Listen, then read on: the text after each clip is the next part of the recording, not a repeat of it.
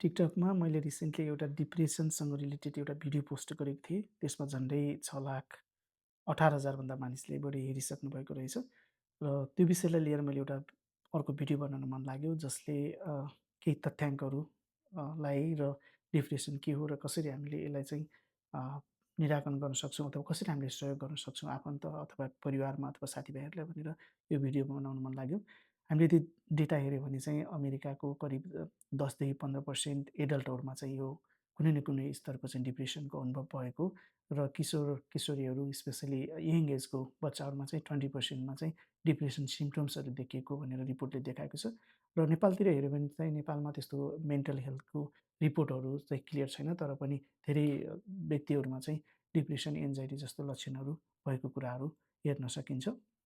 यो एउटा कुनै देशको अ, समस्या होइन, यो ग्लोबल इस्यु हो। किन भन्दा संसारभरि कुनै पनि मानिसहरूले डिप्रेसनको फिलहरू विभिन्न फेजमा गरिरहेको हुन्छ र डिप्रेसन केवल त्यो मन खिन्न हुनु मात्रै नभएर यो एउटा ब्याड मुड भनौँ अथवा त्यस्तो मात्रै नभएर बारम्बार भइराख्यो भने यसले चाहिँ हाम्रो मेन्टल हेल्थ इस्युज नै हुन जान्छ जसले हाम्रो इनर्जीलाई घटाइरहेको हुन्छ, स्लिप बिगारिरहेको हुन्छ, हाम्रो जुन फोकस हुन्छ, टार्गेट हुन्छ, लाइफप्रतिको मोटिभेसन हुन्छ जीवनप्रतिको जुन रुचि हुन्छ त्यसलाई नै घटाइरहेको हुन्छ। कहिलेकाहीँ व्यक्तिहरू बाहिरबाट हेर्दाखेरि चाहिँ नर्मल जस्तो देखिने, काम गरिरहेको छ, हाँसिरहेको छ, तर पनि भित्रबाट चाहिँ ऊ इमोसनली चाहिँ एक्जस्टेड भइसकेको छ, थाकिसकेको हुन्छ।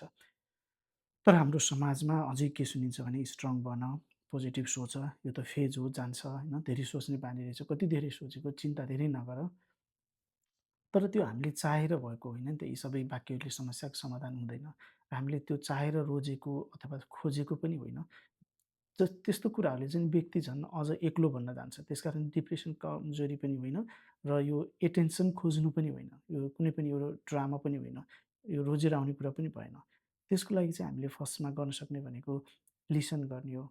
उहाँहरूको कुराहरू सुन्ने, घरमा आफन्त अथवा साथीभाइहरूको कसको के प्रोब्लम छ, हामीले पहिला सुन्नुहोस्, मजाले सुन्नुहोस्। सुन्दाखेरि उहाँहरूलाई हल्का फिल हुन्छ र एडभाइस नदिनुहोस्। एडभाइस हामीले जहिले पनि एडभाइसलाई फोकस गर्छौँ, सल्लाह दिन जसले पनि सल्लाह दिइरहेको हुन्छ, तर सल्लाह भन्दा नि उहाँको कुरा सुनौँ।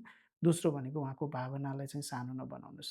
यो केही पनि होइन अथवा कसैसँग कम्पेयर गरेर योभन्दा झन् अझ कसको के भएको थियो, त्यसरी हामी कम्पेयर गर्न थाल्यो भने चाहिँ जसले गर्दाखेरि त्यस्तो व्यक्तिहरूलाई चाहिँ अझ अलग बनाउँछ, एकदम एलोन बनाउँछ होइन। त्यसकारण त्यस्तो कामहरू नगरौँ। उहाँहरूलाई सपोर्ट गरौँ अनि एटलिस्ट भनौँ कि म छु साथमा, केही पऱ्यो भने म गर्छु अथवा म छु साथमा, म सहयोग गर्छु, मैले सकेको गरेको, मैले के गर्नुपर्छ म तेरो लागि म छु भनेर अथवा तिम्रो लागि म छु भनेर त्यसरी भन्न सकियो भने उहाँहरूलाई एउटा कन्फिडेन्ट लेभल बढ्छ। र तेस्रो भनेको चाहिँ प्रोफेसनल हेल्प कुराहरू एकदम इम्पोर्टेन्ट हुन्छ।